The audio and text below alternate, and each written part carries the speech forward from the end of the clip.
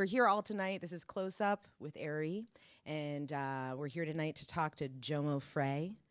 Jomo is an award-winning cinematographer whose work has been screened worldwide. Utilizing a strong background in visual aesthetics and philosophy, his aim is to create innovative and evocative visual stories based in empathy.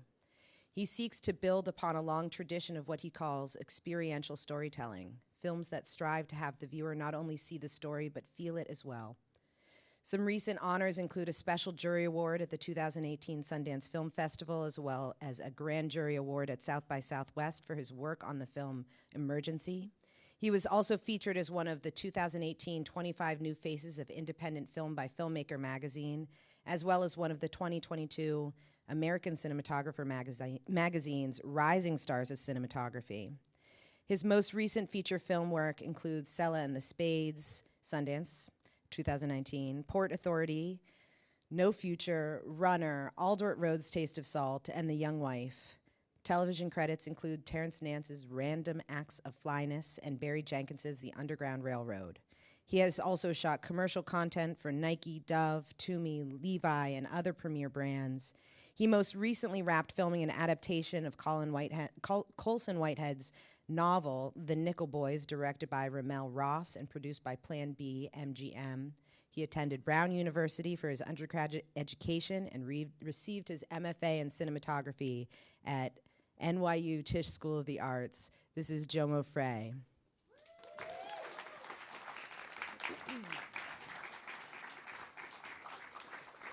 Welcome, Jomo. Thank you. Hey. Hi. Hey there. This is so fun. Jomo and I went to school together.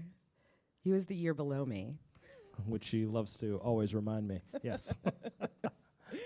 I'm so glad to have you here and to have everybody here to listen to this conversation about your career, your work in film, your most recent work, which is playing when? Aldort Roads? Aldort Roads is premiering at New York Film Festival on the 9th of October. New York premiere. Yes, New York premiere. Premiered at Sundance this year. Exactly. Exactly. Well, fantastic. Are we watching that first? Yeah, I think so. On the thing? I believe so. Right now? Yeah. Okay, let's do it. Let's watch the trailer of that film just to give you, I think you all know Jomo's work because you're here, but let's give you a little taste of his work right now.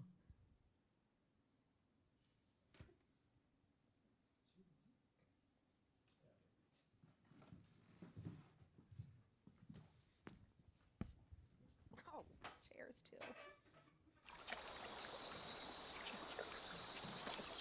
Not too quick. Tighten it a little bit. Yeah. Slow, take your time. Oh, Lord, in your hand, in your hand. Oh, Lord, I'm in your hand, I'm in your hand. Cover your love and Take your time. around me, so my enemies cannot Now, now. harm me. There you go, there you go, there you go.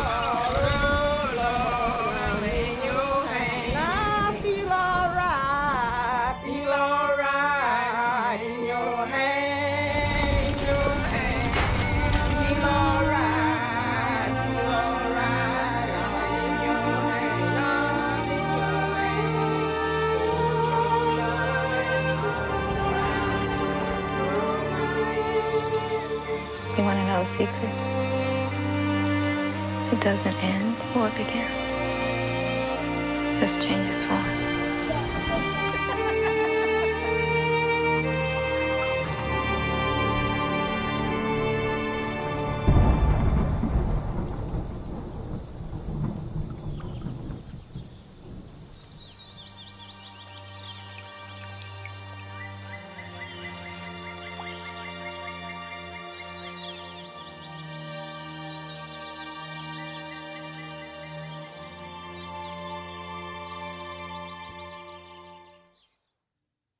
Woo.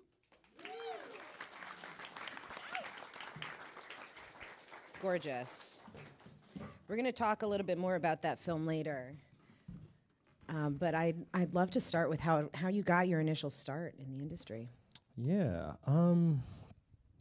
So I had always kind of said that I wanted to be a filmmaker. I remember at like age 7 telling my parents I wanted to do film. And I think at that time, in my mind, it was like, oh, okay, like, you know, I want to be an astronaut. Okay, I want to be a scientist. Oh, now I want to be a fireman. And I remember thinking filmmaker because it was like, oh, this is like a total hack in that I could just be a filmmaker and be an astronaut for 3 months, be a firefighter for 2 months, as I did different projects, which I think, looking back on it, I think was uncognitively a yearning for compassion or empathy or just living in someone else's life for a period of time. And so after that moment, I basically only said I wanted to be a filmmaker, so I did every film-related thing in Massachusetts that was possible. How old were you? I was 7. Wow. I have a picture on my fridge of like me behind a camera when I told my parents, like, so excited. Did you know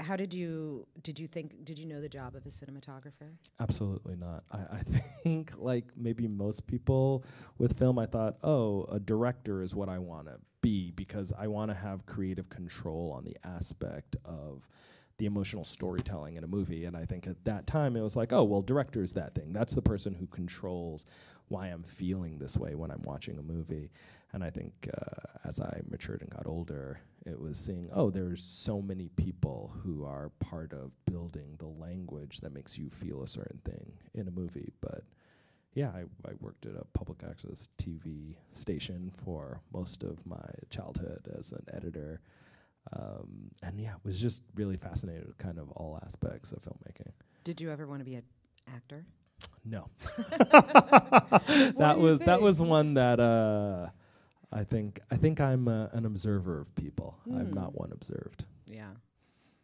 Do you still think about going back to directing or No. trying your hand at directing? Not really. I think I'm really, really fortunate in the case of All Dirt Roads, and I would say in the case of all of my collaborations with directors, is that they give me so much space to imbue the projects with my blood, my history, my thoughts, my family, that I kind of feel that very satiated. I think also the way in which I work with directors is just so holistically involved. Like, we're talking about the sound design, we're talking about the edit while we're doing the shot list. Like, you know, so I feel like I'm very lucky and fortunate to have collaborators that give me so much creative space to really feel that thing that I think I was yearning for when I was thinking about directing. Yeah, I love that about collaboration, that there's kind of this sense of you don't need that feeling of name big, you know, and the title of director to feel like you are part of a movie. Absolutely. I think really great directors are capable of that. They're capable of making everyone on the set feel like, yes, it might be their vision, but there's so much space to see and feel yourself in the project. And again, I think that I've just been really lucky to find a lot of people who so focusedly care about that aspect of making collaboration collaborative. Yeah, that's awesome. Do you feel like there were cinematographers coming up whose work you really connected with? Definitely. You know, like, I'm just going to list off things at the top of my head. It's like Christopher Doyle and his work with Wong Kar-wai made me want to touch a camera. Ellen Kuris's work and like her thought process on kind of bridging theory with image making made me want to be a cinematographer.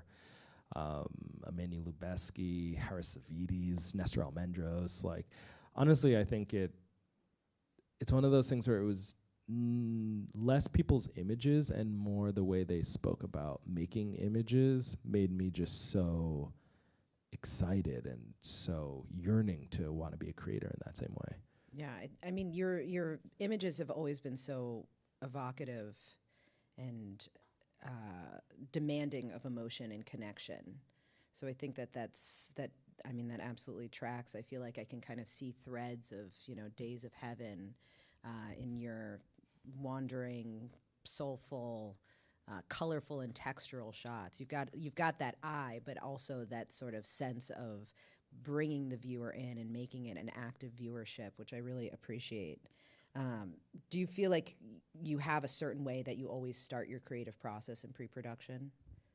No, not really. I think, I'm sure you feel it as well as cinematographer. I feel I'm like formulaic, baby. that is not true. Literally. I have an 87-point plan.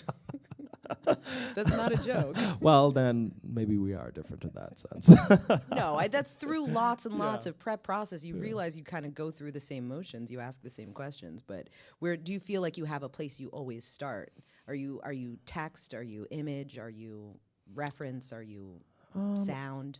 I feel like for mine, it honestly changes person to person, just because I feel like in how I approach it is like I want to build a platform for my director to do their best work, and however that needs to take its shape or form, I'm pretty excited by the things that it brings out in me coming at it from a different angle. So I'd say that generally speaking, it kind of all comes back to the script to me as a basis and as a text. But yeah, it's one of those things where like going out to dinner with a director will oftentimes inform my lens choice, maybe more than intellectualizing the themes of a script. Yeah, I like to try to build in a lot of life from outside the script and kind of imbue that into the story, the visual language, but no real particular place I start, although I do have things that I always do. Such as? For one thing for me is that I always do with the director at some level kind of a script analysis together, and building the shot list is usually a much more holistic process, as we were talking about, where I want to talk about the sound design, I want to talk about what mics we're thinking about using, I want to talk about the edit, I want to talk about kind of the score, and we talk about that as we're building every scene and every sequence, and kind of reading the script together and going line by line and saying like, whose emotional perspective is this moment coming from, and what are they feeling, and what should we as an audience feel about them in watching that happen. And I usually build the shot list from kind of doing a pretty in-depth kind of exploration and unpacking with the director, and that usually births the visual image, whereas I don't really come to a project with, oh, we should shoot it on this camera, and we should shoot these lenses, and we should shoot like as they become friends, it gets warmer, which is not a bad way to work. But I think that how I oftentimes work is that I usually like the script to tell me how it wants to be shot rather than me dictate how a script should be shot, which, sounds a little bit like not much of a lexematic difference, but for me the difference is in kind of an exploration where I find what the script, how it wants to turn itself into image. Yeah, I feel like it's all there. It's the script. Yeah. It's the map. Like, follow it, delve into it, question the story, not to break it apart, but to like break into it, right? Totally agree. And I think kind of unpacking, getting deep inside of that thing with the director is kind of the thing that I always love, where it's like, okay, invariably when the location, we need to get out of it 3 hours earlier than we thought we needed to, what are we going to do? We have 10 setups left and we can only do 2. It's like having all these conversations, I feel like, put us both in a position where together we know at a molecular level what creates a scene, what creates this drama, what creates the tension, and where it fits in a sequence of the thing we haven't shot and will soon shoot. So yeah, I feel like that process is so important towards mind melding with the director, because it's like, yeah, I want to shoot the way people dream. Like, I want to shoot the thing that for a lot of times directors will be sitting with a script for 3, 4, 5 years. Like, they're sitting with these moments, these ideas, and I think that there's so much responsibility as a cinematographer to make those images not only real, but make them even more them and even more real than they could have ever imagined it. I think it's always like prep is this dreaming process where you're studying, right? You're studying, and then you just show up on the day and you got to take the test, and the weather and how you feel and what shoes and socks you're wearing, and all of those things end up on the screen whether you like it or not. It becomes a snapshot of a moment, even if you've been prepping it for 5 years. I totally agree. Yeah. I think the process is the product, and I think that how you build that process always ends up on screen. And, you know, sometimes negative things can end up positively on screen, but everything comes out on the screen. Everything is in the project. Yeah. No, I dig that. I mean, I feel like you're also just a very intellectual person and like pretty heady. Yeah.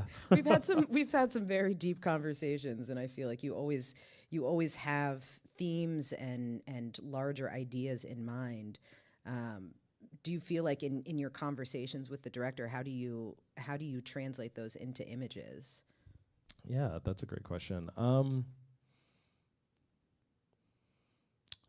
Yeah, I think it works in so many different ways. I think when I'm collaborating with another collaborator, Tyree Chapeau, on the 2 features we worked on, we'll usually come up with an idea, like a word or a phrase that is like, this is the movie. So for the movie Selling the Spades, the term was savage formalism, which, so everything came back to this idea. And her latest movie, Young Wife, the term was acid expressionism.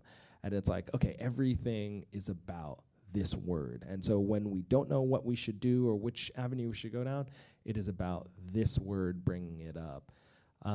Should we bring up your manifesto from... Sure, yeah, please. Mike, do we have that? When did you look at this? So this is a manifesto that Raven Jackson, the director of All Dirt Roads, and I made before we started production on the film. So before we even started prep, we basically met up in LA and spent a week together where it was like, okay, we're just going to get takeout every single meal, and essentially we're going to stay in a dark room watching movies, talking about life, talking about this movie.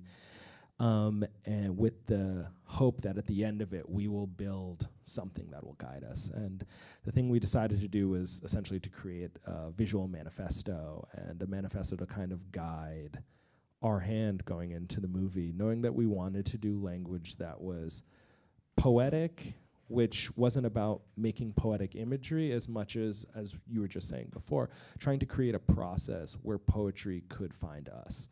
And so part of that was doing this 12-point manifesto, where for us a lot of it was about building something that wasn't necessarily speaking to imagery directly, but was informed by imagery. I think for us, so much of the manifesto was an interesting process for us because there's a natural translation. You have to translate these ideas in the manifesto to how do they apply to choosing a lens? How do they apply to choosing a camera?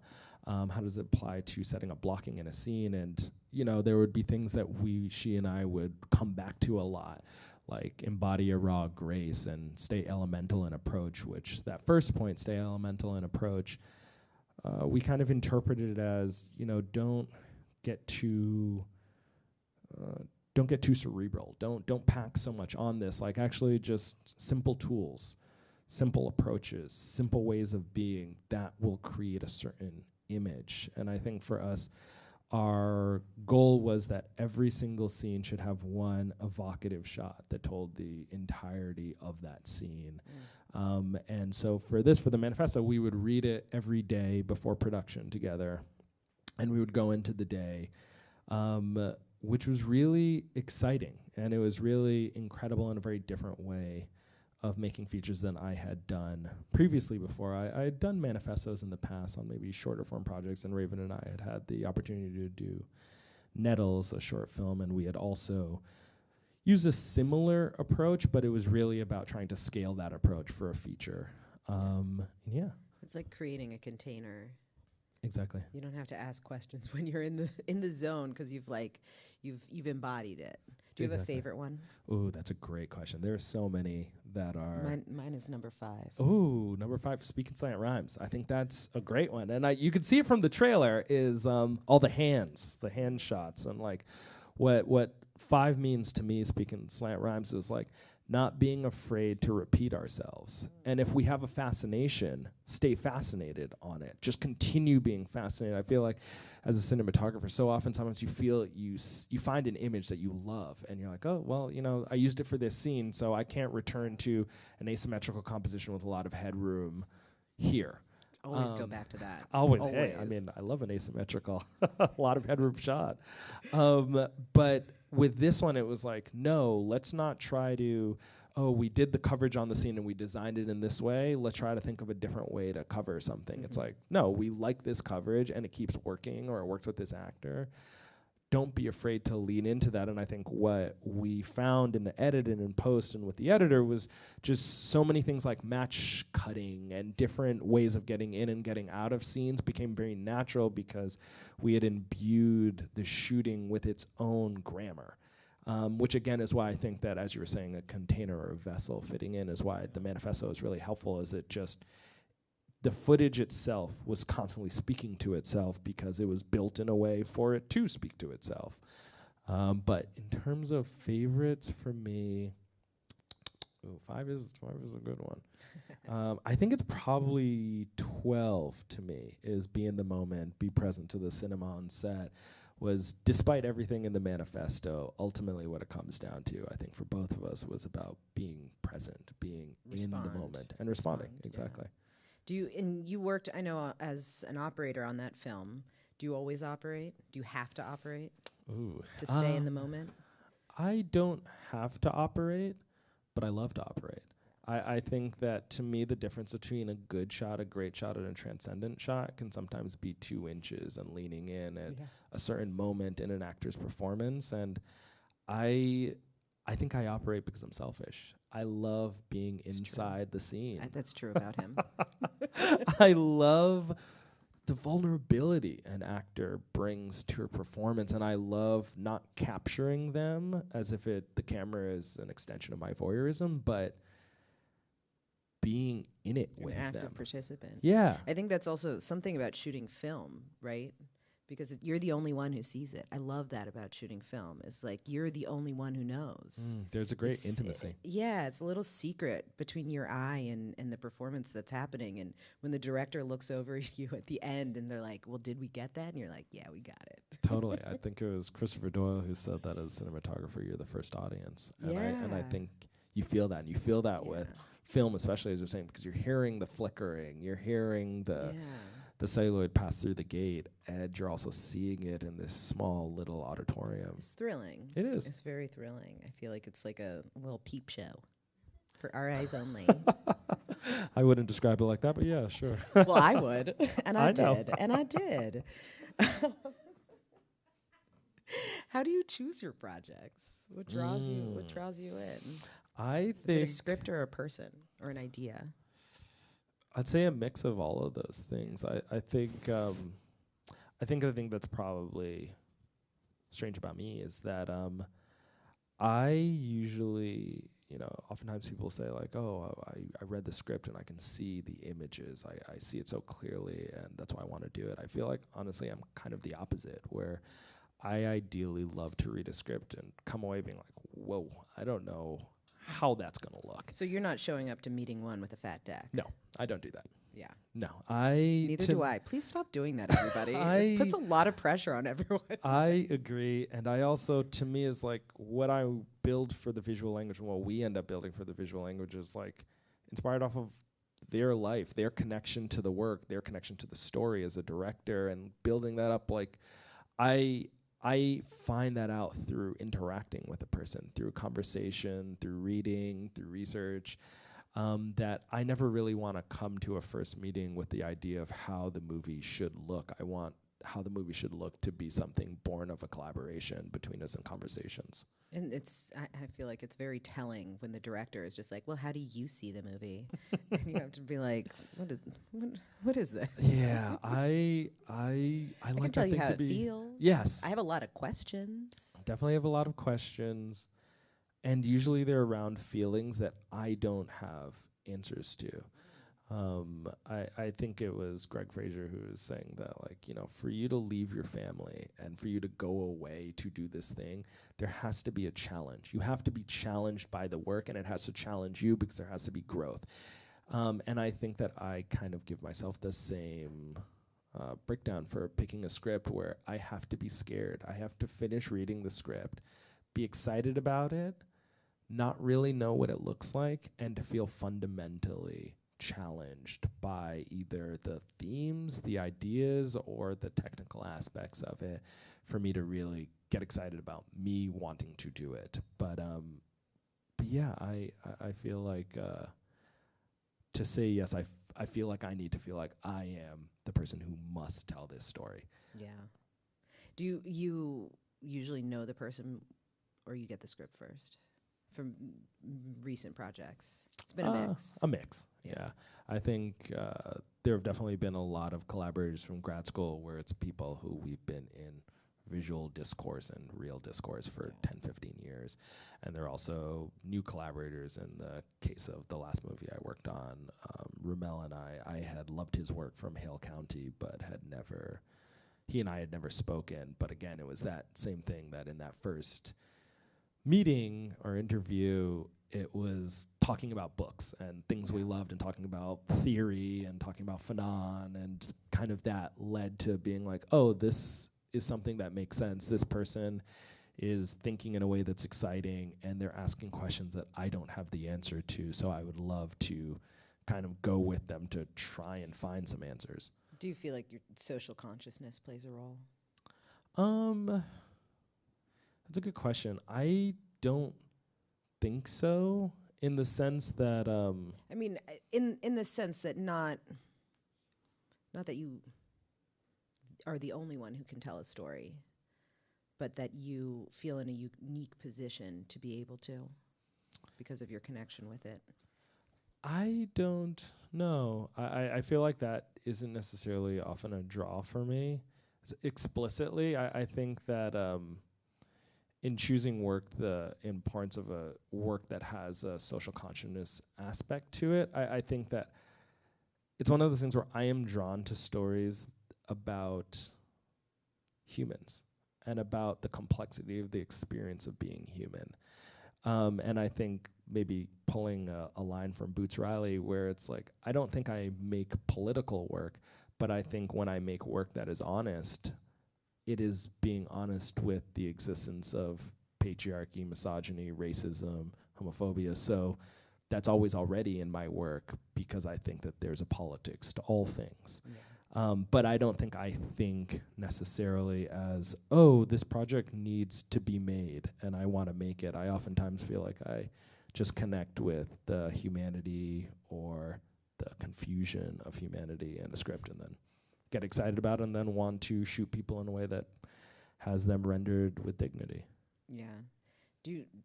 Going back to the idea of being the audience, how do you feel that you like your audience to interact with your work as a cinematographer, or that it plays a part in the relationship?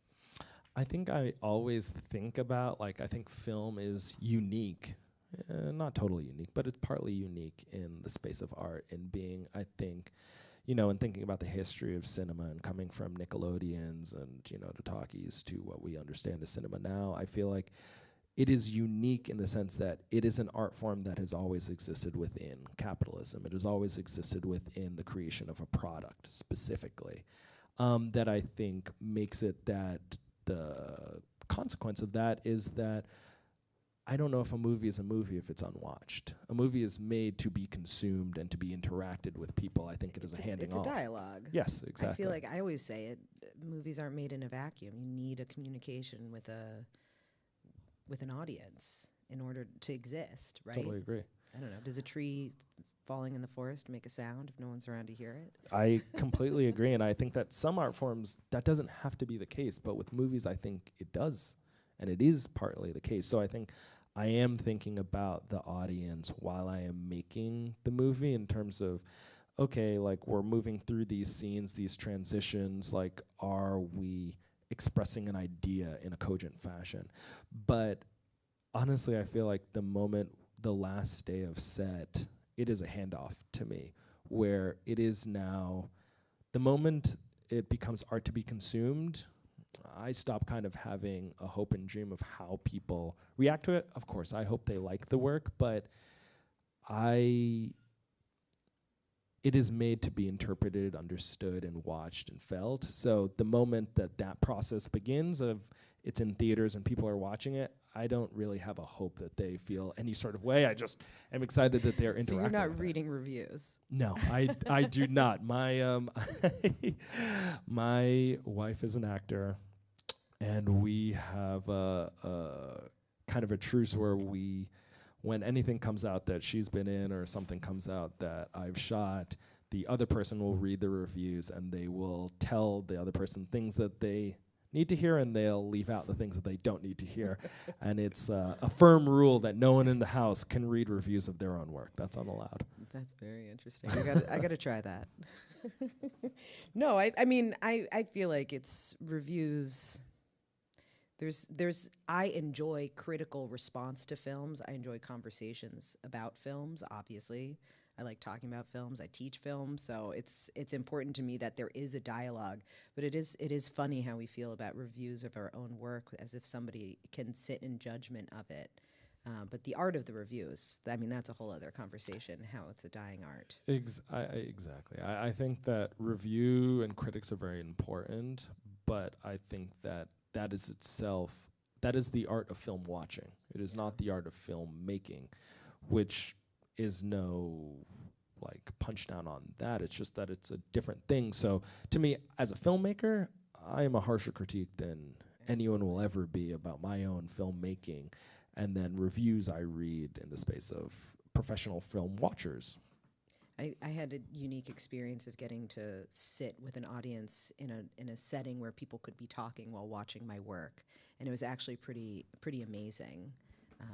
And it was in a museum, so it was just like this very strange feeling. They didn't know I had anything to do with it, and being surrounded by people commenting, taking photos, just like interacting with it was a very new experience. I love that. I genuinely like when you're in the back of the room when a group of people are watching a movie, like hearing where people hold their breath, hearing where people take gas, hearing where people laugh, hearing where there's such a power to like you can feel a room, which ultimately to me is like the amazing thing about the magic trick of cinema, where to me it's like you walk into a room feeling X, Y, or Z. And in the course of maybe an hour and a half, you can walk out not only having a different emotion, but a different neurological synapses are going off. Dopamine can be released. Like you are feeling things that aren't real, that literally all you've done is interact with an image and a sound, and you have a different chemical makeup than you did an hour and a half ago, is so genuinely magical and incredible and powerful and fascinating that I think that that's where my kind of undying love of film comes from, where it's like you can incept emotions into people. You can have a person feel compassion where they didn't feel compassion 2 hours ago. That's incredible. Powerful. It's very powerful. I feel like there's a certain level of manipulation that cinematographers get to do because we understand that space, that ability, how we move something, how we frame something, how we light or color something. Do you feel like you have a favorite scene that you've captured where you were able to kind of create? I think I have so many favorite scenes across so many projects. We have one scene that I am very, very proud of and really love. Yeah, the scene is from a movie called Runner, which premiered at TIFF and was directed by Marion Matthias, and is essentially a slow cinema. Another classmate of ours. Another classmate from grad school, and is a very patient movie about two young people meeting during a very hard time in their lives. And why I really love the scene and the visual language of it is it's the first instance that the camera moves in the movie, and it's when these two characters meet for the first time. Should we watch it? Yeah, let's watch it. Let's watch it and then we'll talk about it.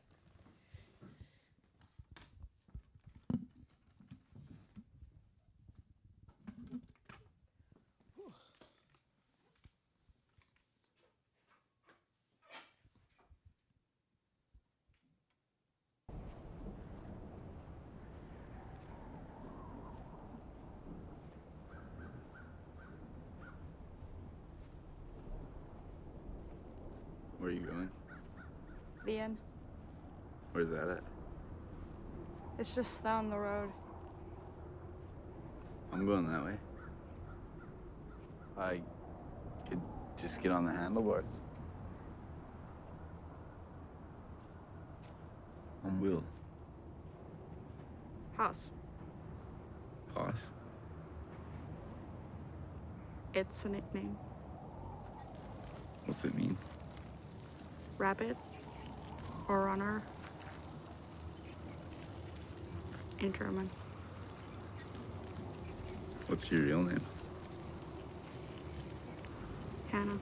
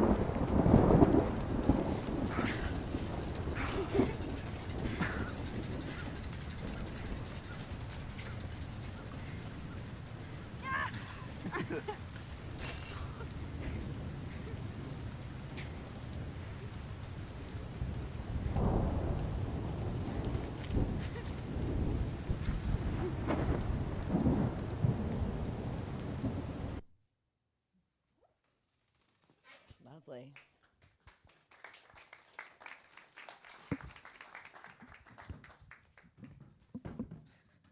Great system.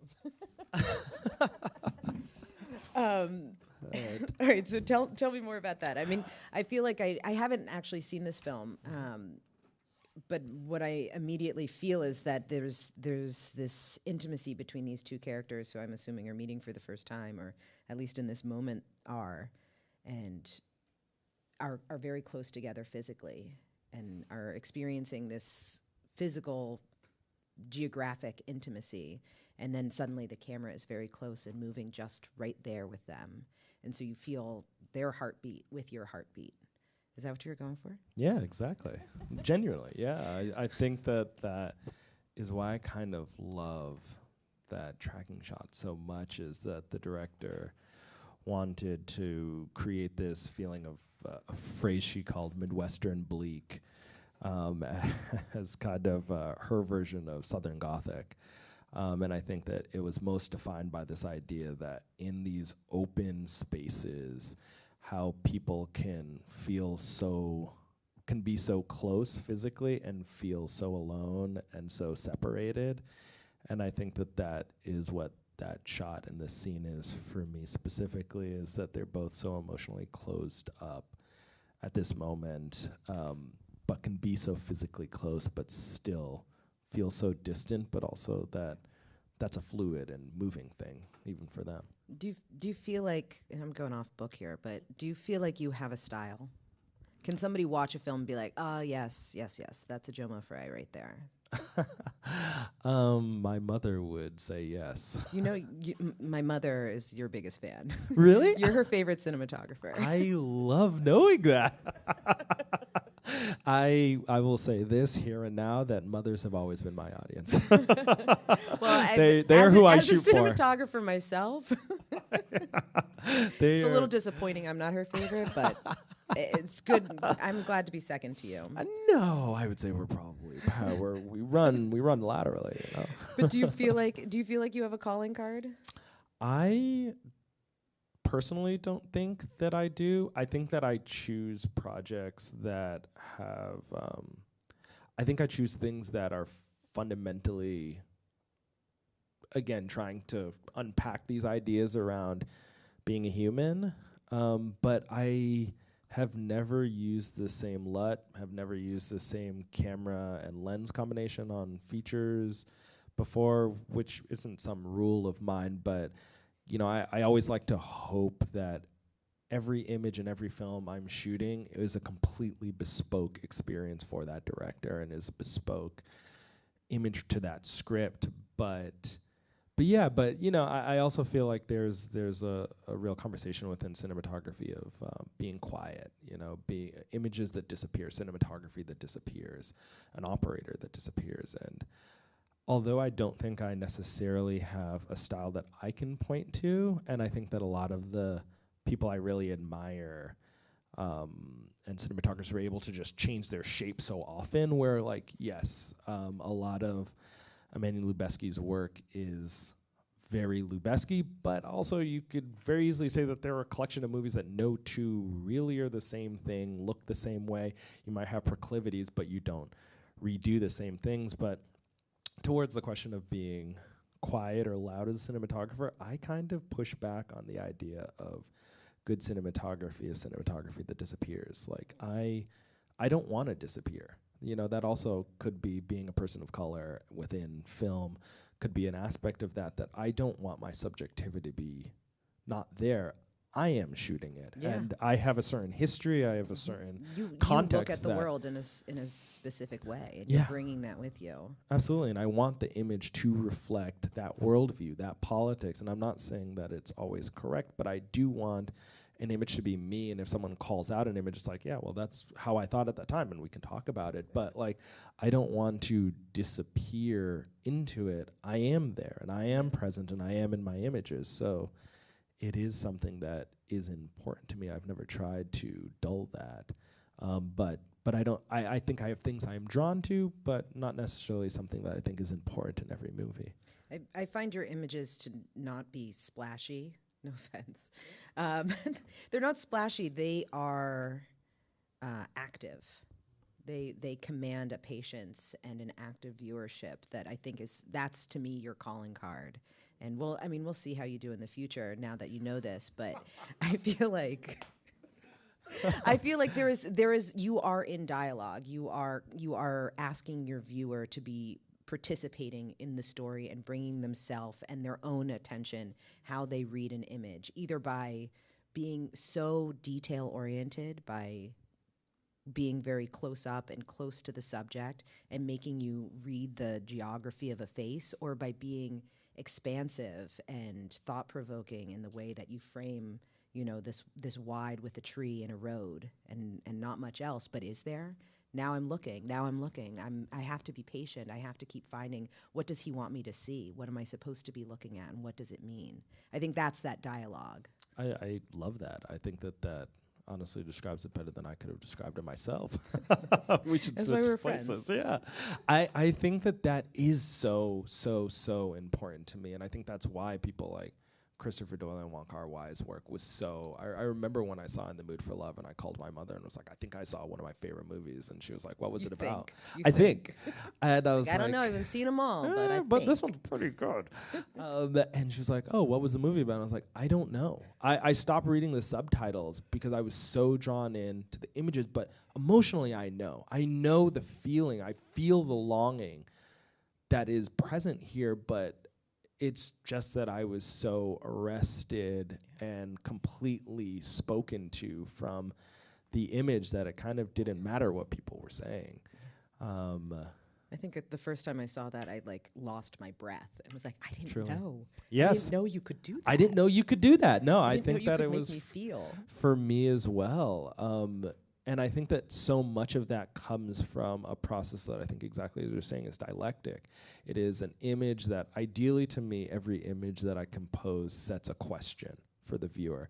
And the next image should answer that question. And in answering the question, should only ever give you an answer that is another question. And every single image just keeps going from that place where, instead of an image that, I like to think about it, this is a little bit of the meta of filmmaking and, for me, how I think about it, but I don't want my images to necessarily be symbolic. I would ideally want them to be metaphoric. Whereas if an image is symbolic, once you have the codex and you can decode the image, oh, when there's a lot of headroom, it's about his mother has passed. I don't necessarily want the image to be unlocked in its meaning. I want it to be a metaphor, so, something that's like or as, where that the viewer is actually grafting their histories, their loves, their fears onto the image, and the image is welcoming them to engage with it, to, okay, like, what is loneliness for you? Instead of this image being, it is lonely, it is an invitation for the viewer to kind of like put their histories on it, and in that way, hopefully make the image just more robust, and also make the image one where a bunch of different people can all have different interpretations, and all of those interpretations are correct, which kind of goes back to your question earlier in terms of how I want an audience to feel. In my mind, if I've done my job well, it isn't what I want them to feel. It's that hopefully the work is strong enough and robust enough to hold a multitude of feelings on it. And that's all I really want, is I want the audience to be an active process while they're watching the movie, not a passive process. Those are those slant rhymes, right? Precisely. I think it's more akin to like the way you're talking about images or communicating with images is more like a director and an actor talking about a performance. You don't tell an actor you're scared. You give the actor a container for which to experience being scared in the moment. And Precisely. I think you're doing the same with the audience and the images. In talking about collaboration, and you have had many collaborations that have spanned many projects. What do you look for in collaboration? Oh, that's a... Let me actually... What do you feel like you've learned from collaboration? Oh, great. I think everything. Genuinely, I feel like, I feel like I become a better cinematographer, not when I've, mastered a new technique on a techno crane or practicing my gears. I genuinely think I become a better cinematographer when I'm a better husband to my wife, when I'm a better brother to my brother, when I'm a better son to my mother, is that it's the process of hearing people. I think that so much of cinema is about listening. It's listening to the cinema on set, listening to your collaborators, listening to the actors, listening to the light. So when I think about, what my collaborators have given me, I feel like in collaborating with me, they give me everything. They show me new ways of going through the world. They show me new ways of thinking about a shot, a design, a sequence. I get everything out of collaboration. I think that that's why I love cinematography, in that it is an art to me that pushes you ideally, like it's it reminds me of the Eve Arnold quote, it's not the camera but the photographer that's the tool, is that cinema, and I think cinematography pushes you to, the more open you are as a person, I think that the better you are as a shooter. How do you maintain that if filmmaking, the business, the industry is inherently capitalist? How do you maintain that kind of connection where people are doing it for the likes, where it's about the latest and the greatest, or the way people watch things is consumer? It's hard. It's I feel like I kind of silo myself a lot for how people consume things and the consumption of things. Like I'm not very active on a lot of social media. And I think a large part of that is kind of to protect the purity of the collaborative process, is about a director and I talking about a script, and then hopefully as a larger team with the two of us and the production designer and the costume and the makeup, kind of trying to just build something that feels like it speaks to the authenticity of the original vision. But I think it's very difficult because,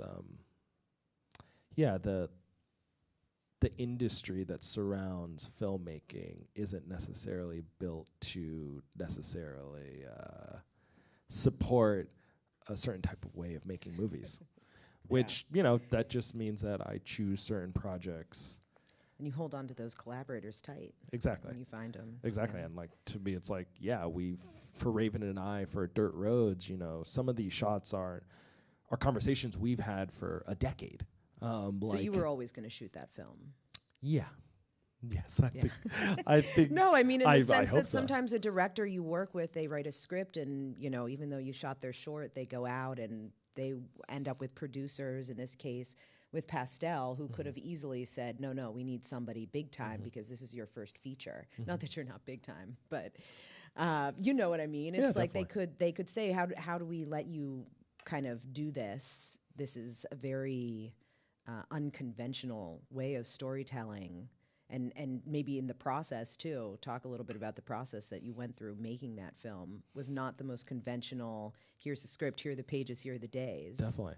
Yeah, for Dirt Roads, I had worked with Raven on Nettles, a short film that we had shot over the course of a year. So every season, we shot a section of it. So it was inspired by Lynn Ramsey's movie Small Deaths.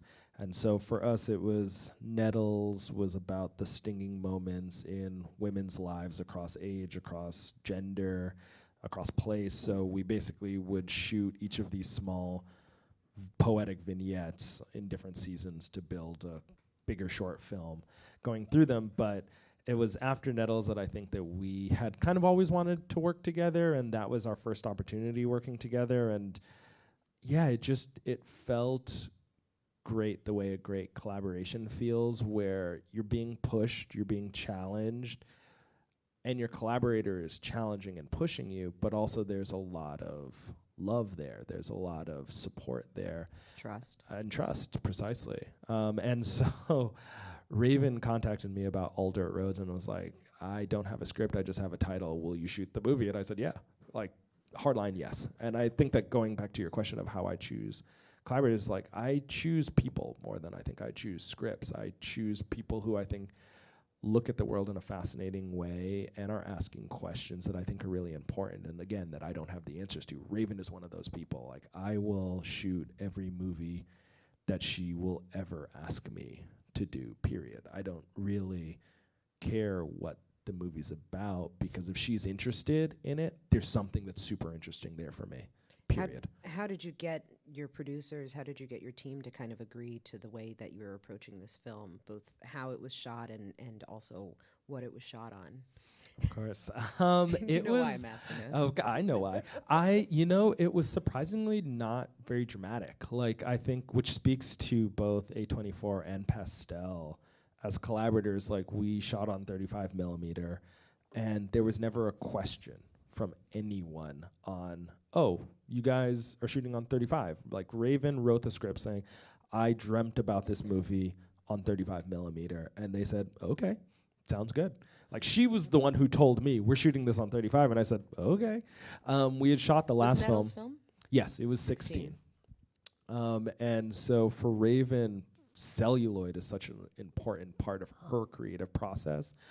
For this project, we did a push one on everything. So, it is maybe more expensive than just saying you're shooting on 35. But again, both Pastel and A24 were completely and totally on board with that and had a lot of trust. I had worked on doing some second unit work on Underground Railroad. So Barry and Pastel, we had worked together before. And I think, again, it was a place where they were so trusting. Even on Underground, I remember coming on, and Barry was like, just do whatever you want. Like, I want to have what you think is fascinating. So, like, just find images and, like, go with it. And he told the second unit director, Mark, like, if Jomo wants to do something, just do what Jomo wants to do. And, like, just, I don't know, find some stuff. And so it was like, there was, even from that point, from them, it was incredible the amount of trust that they gave to their collaborators, saying, okay, this is what I'm after, these are the ideas, these are the feelings. How those things take shape, I am trusting you guys to find that in a way that's exciting and feels evocative. And, I think that process went through to Dirt Roads as well, where, there weren't really conversations, and the producer, on the ground producer, Maria Altamirano, was incredible as a producer, and was also someone that I went to grad school with. And I think that one of the things that makes her so incredible is that She listens to what the director says the movie that they're trying to make and just supports that. It isn't, well, this would be easier to do this, or have we considered an ice skating rink? It's like, okay, I trust you that you are thinking about what your story needs. And of course, sometimes we have to scale back or we have to scale up. But I think that that's such a rare thing sometimes when a producer just takes the project where it's at and is excited about supporting the language, supporting that story. So no, I think that it was easy for me because I think that Raven and Maria were so thoughtful in choosing their collaborators at every level, and the financiers and the distributor and everyone coming on, they chose them very thoughtfully. Quick shout out, because there's a couple of people who worked on the film in the room right now. Woo. Ooh, quick shout out to the Alder Roads team. Is Alice here? Yes. Alice, an incredible DP on her own right, but at the time of First AC that, despite shooting on 35, that never stopped me from saying, okay, Alice, I'm gonna give you no marks, and I'm not gonna give them marks, and I'm gonna refuse as a point of pride not to give the actors marks and to just let them exist in the scene. And we're not going to do a rehearsal, but we will shoot the next take. And every single time for about a month and a half, that was basically the territory. And the first question Alice asked me after was any of it in focus?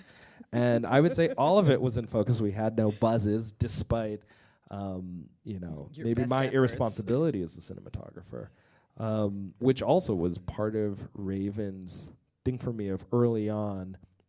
She said, I do not want crew on set. I want it literally to, I get it, we're doing a movie with A24, but Was she watching it monitor? No, she would oftentimes be standing next to camera and kind of looking at the actors, looking at the scene, being in the scene, but she did not want any artifice on set. So a lot of the lighting was almost completely done with mirrors from outside of the locations, again, pulling from Nestor Almendros. I really love sunlight. I love mirrors. I love redirecting those things. So oftentimes it would be like on set, the actors would be like, oh, wow, we're shooting on film, but you guys don't use any light. This is so cool. And it's like, sure. Hard cut to outside where there are like 15 mirrors, either ricocheting light or like, an M18 pushed into sub mirrors, redirecting that back in. But yeah, it was really important for us that there were no stands on set, there were no floppies, and all of it was essentially there. Was a lot of that pre-planned, or you just kind of put together an arsenal? Jay was your gaffer, right? Yes, Jay Warrior was my gaffer. And did you do overheads? Did you talk about it, or did you walk into the location and say, let's follow the sun? It was a little bit of both. We would have overheads, and we would have really meticulous plans. And we would also kind of what, Alice can also speak to this, is what I tell my collaborators in First AC and Gaffer. I never give a First AC where I want the focus. I don't tell them, make it on her hand, then on her face. Like, I hire people that have a good sense of cinema, that know what's cinematic. They're looking at the performance. Like, I want the First AC to always have a comm deck, to be hearing the dialogue, hearing the scene, and to make their choices on the focus. I give them a lot of power to, like, okay, if you feel like the cinema is happening on her hand, rack from her face and go to her hand. And like, if that's wrong, sure, we'll talk about it after the take and we'll just go for another take. But again, sometimes those can be the moments that are defining of a scene, that are brilliance. Is if I was on walkie and I say, go to the hands, we're already a second behind. Yeah. Well, we should have been at the hands 2 seconds ago. So that's why I want to empower AC to just like find it, go to it, find the cinema, and like we'll talk about if it works. And I think so too for a gaffer is like, it's funny, you described earlier saying that it sounds like I like to be talked to like an actor, which I think is something I tell directors, like, talk to me like an actor. Tell me the emotion you're looking for the scene. Like, we can talk about lenses, we can talk about the camera movement, and that's fine. I'm totally comfortable with that. But to me, it's super helpful to just like, this scene should feel like longing. I can try to translate that and come up with ideas, and I try to And that's exciting to me. And I think I try to put my collaborators in similar positions for a gaffer. It's like, okay, I want this scene to feel like longing. Yeah. Show me what that means to you in overhead. Like, let's build a plan on it. And sure, I'll curate it with the director's intention, with maybe my stylistic approach for what the movie is. But there's a lot of space there for them to imbue their own feeling, their own histories into the work. It's I love working with a crew that gets that style of working too, and isn't like, just tell me where you want the light, man. You know? Totally. Which I don't want to. Again, it goes back to it's like, let's make it a conversation. Let's make it a dialogue. Let's bring everybody, as everybody gets to bring themselves into it, and kind of put their personality, their flair, their spin on it. You know, within the manifesto. If everybody understands that, you know, it feels cohesive. I completely agree. Again, it even goes back to the play. Greg Fraser bit. It's like, Yeah. these people are leaving their families, they're leaving their friends, they're leaving their community to be on set.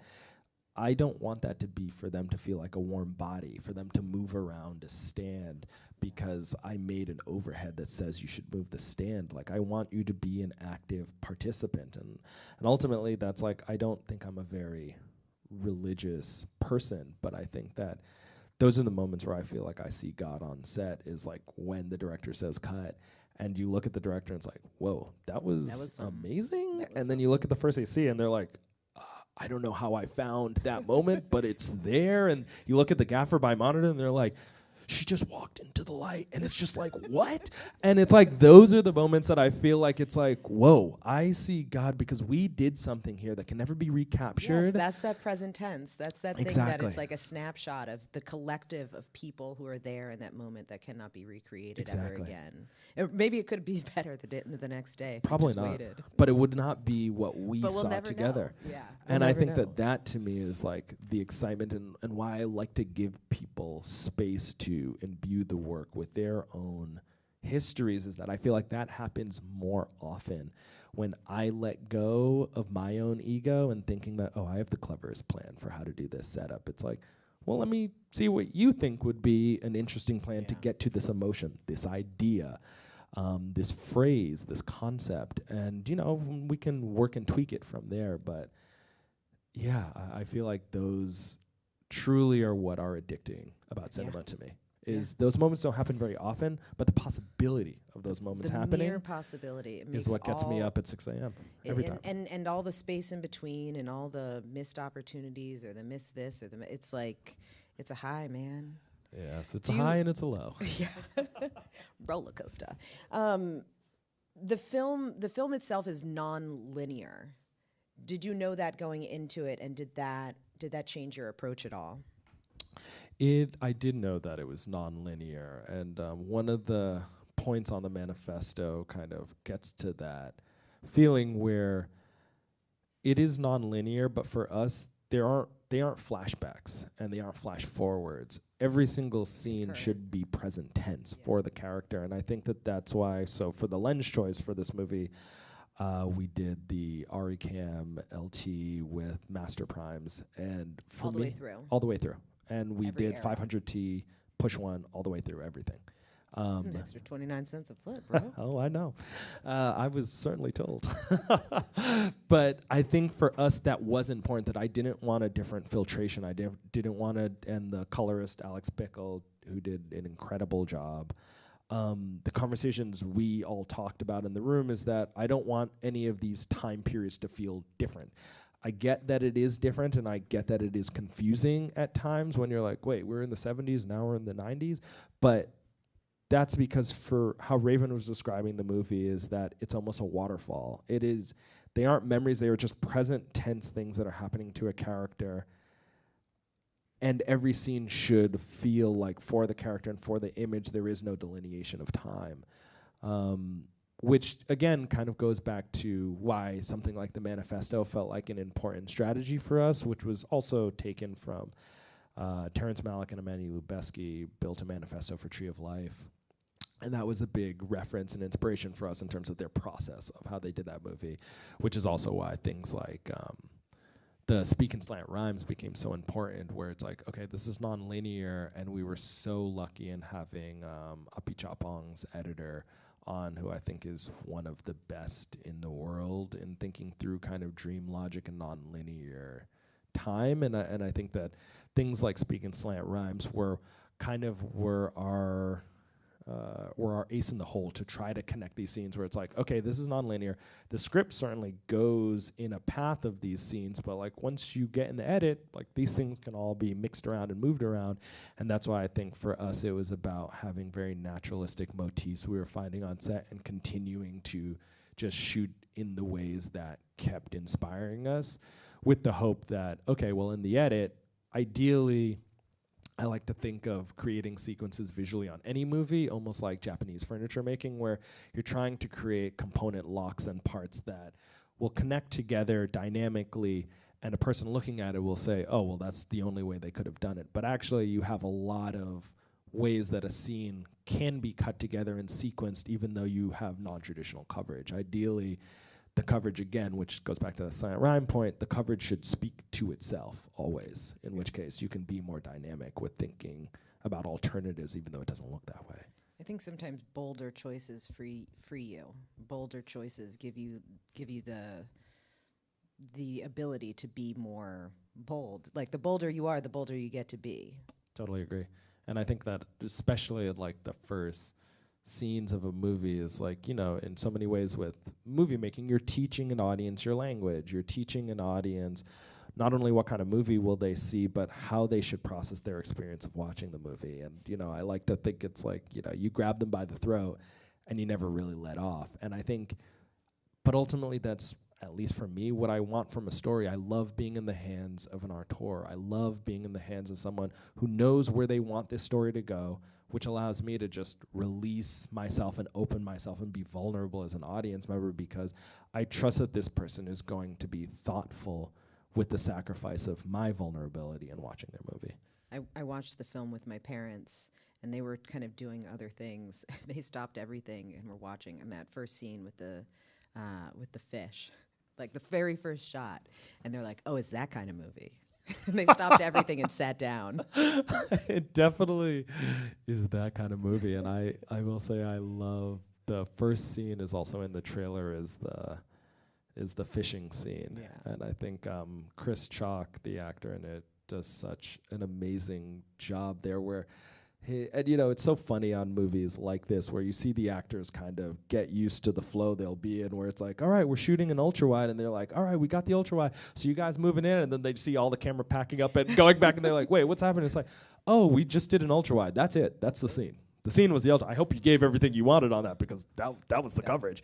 And same for the first scene.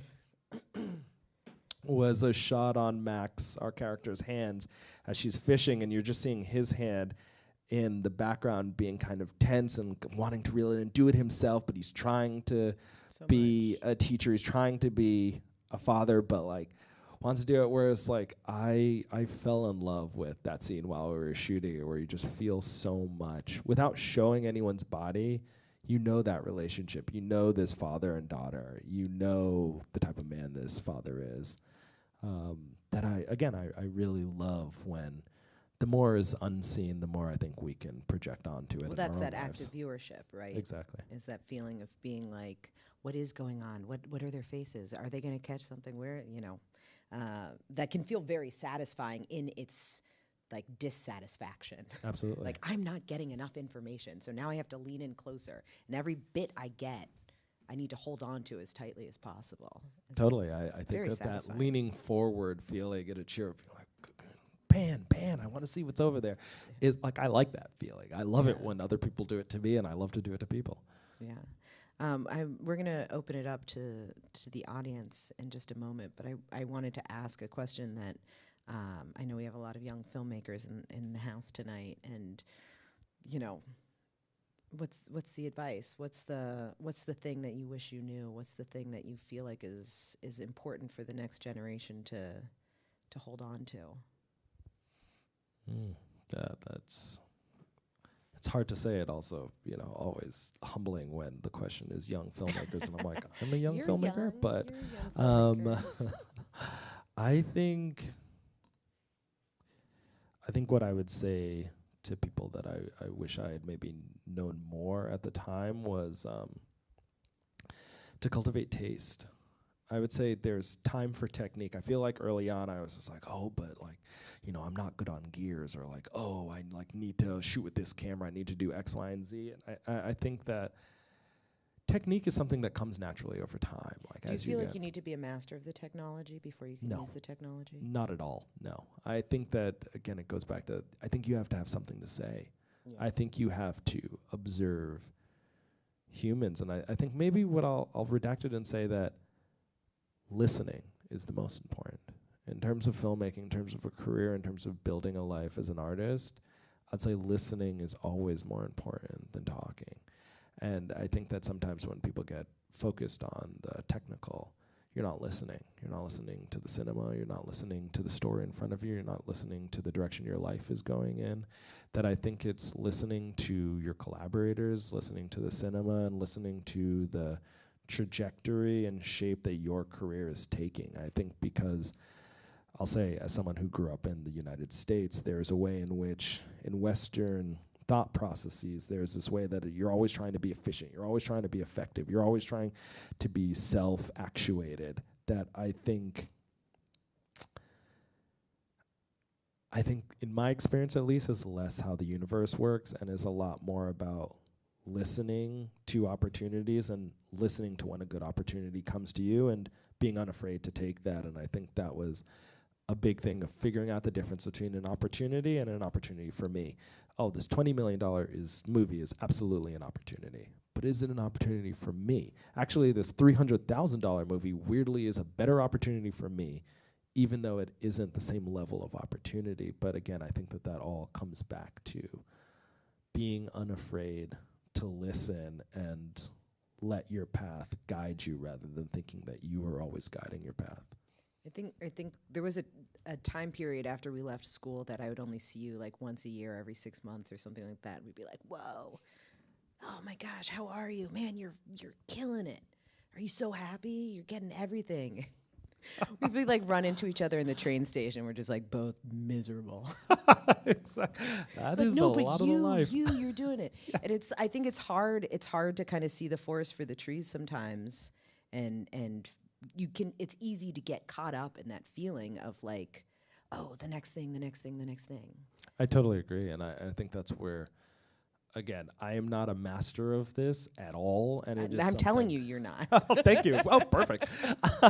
And I think that is, I'm not speaking from a point of knowing, but a point of hope that I wish people could be better than I am at this, which is patience, of like listening and having a patience with your own technique, your taste, your career, your path. These things, they find a way to take their own shape.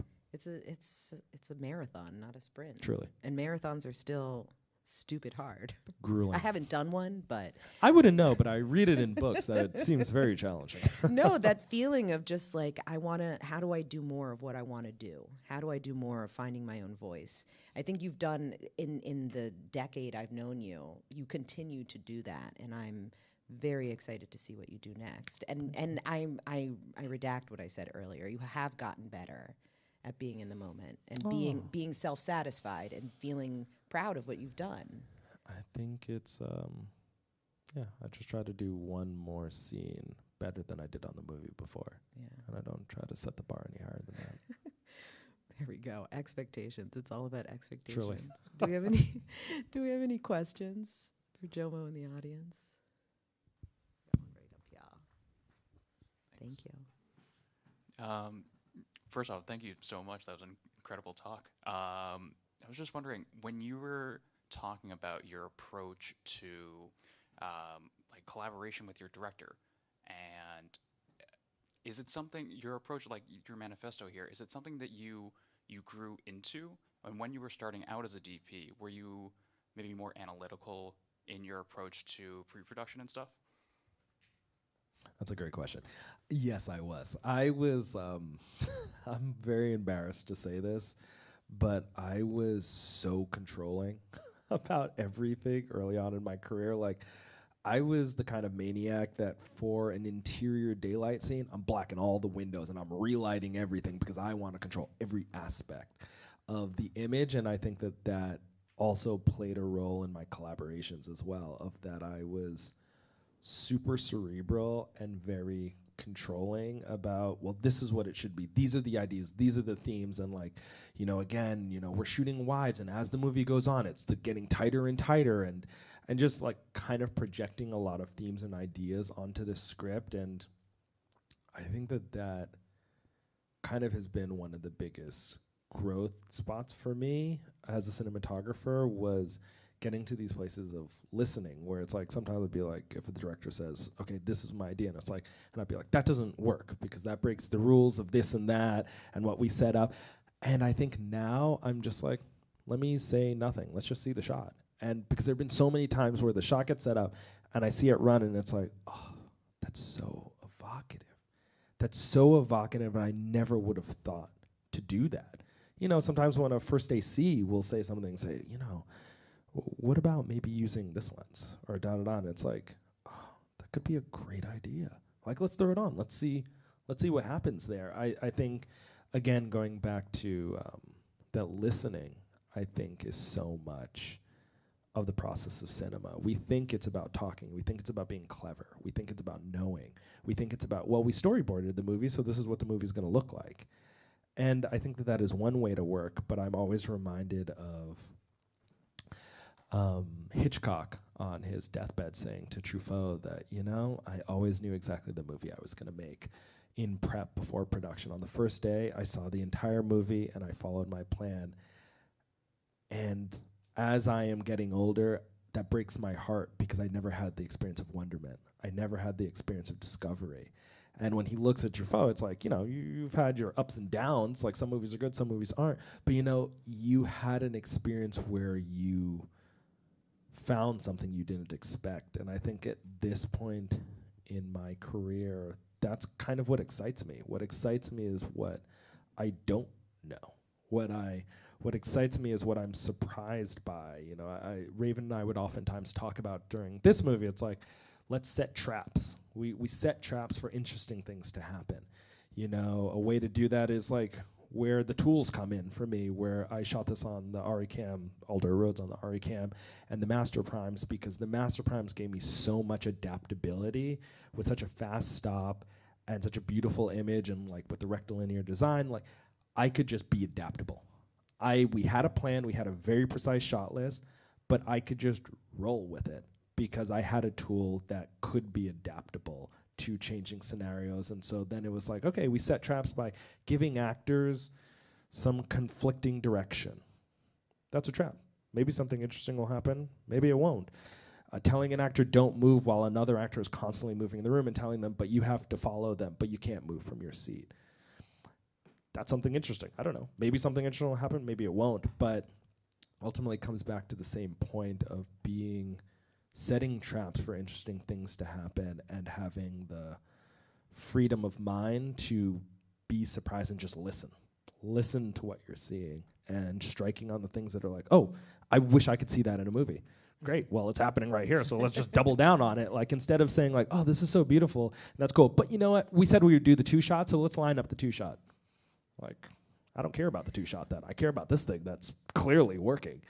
But that's also speaks to like what it takes in the prep to understand so deeply what you're looking for, what you're actively looking for, and then when it's right in front of you, you get to capture it in that perspective that you have set up, that container that you're giving yourself. You kind of know how to capture that lightning because you've set that intention.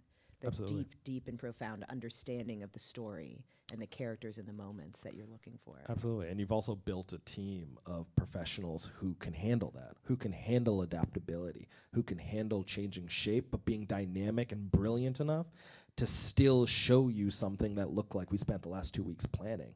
But again, that goes back to the same idea of tools, like having tools and a team.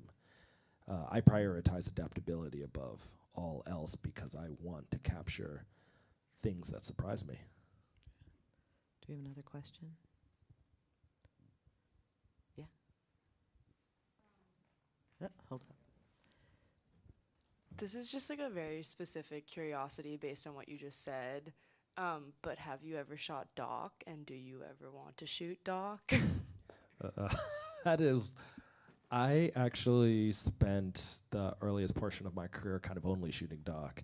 When I was in undergrad, I was writing a lot of political theory, and I was really interested in critical theory and political theory, and was doing a lot of documentary work as kind of almost like an expression of the things I was writing. And I found doc so hard. Like, honestly, it is so difficult for me in that I think narrative, I actually was shooting doc for a long time and then kind of stepped away from the film industry because I was like, I think this is just it takes too much for me, and it was impossible for me to emotionally pace myself. And I think when I came back to narrative, it was like, oh, this is great. Like, you're telling me that in 5 hours, we're just moving on. Like, we're not coming back to this.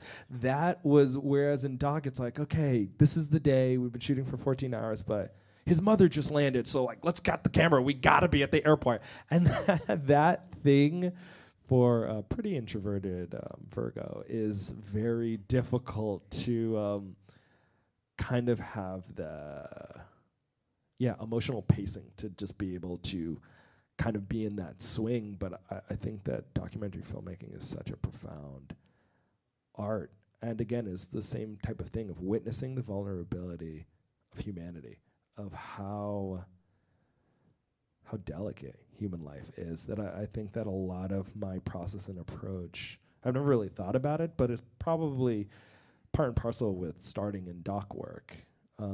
And like Makes sense, your swing to controlling too. Honestly, it does. And then your eventual just like and release. my eventual let it release back wash to over doc me. where it's like, let's just feel it out. How's the sun moving? And then giving things to Alice here of like, don't worry about it. It's no marks. It's just real life, even though these people have learned these lines and we easily could give them marks on this kitchen floor without seeing it. But don't worry about that. We're not going to do that here. Can we also just mention that I gave you Alice's name? We can. We can also mention that the movie... And then I didn't get to work with her for a full year while you were I held her down. Yeah. And the movie, the clip we had saw before of the two bike riders, Alice was also the first I see on where we shot the LF with the DNA primes. And again, a movie where I looked her in the eye and said, we could give them marks, but we won't.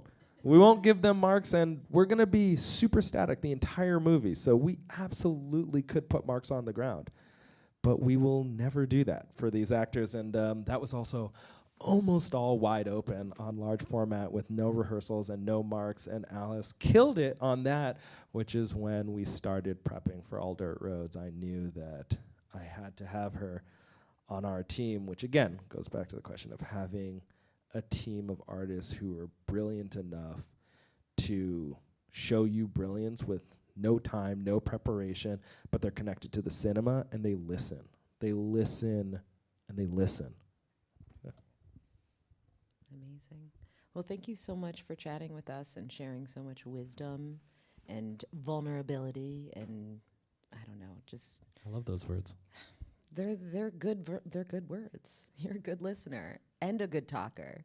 So thank you so much. Thank you all for being here so much. We're going to stay for a bit afterwards so you can come up and chat with Jomo, but just Jomo Fray, everybody. Go see his film if you can next week. Thanks, everyone. And thank you, Mia.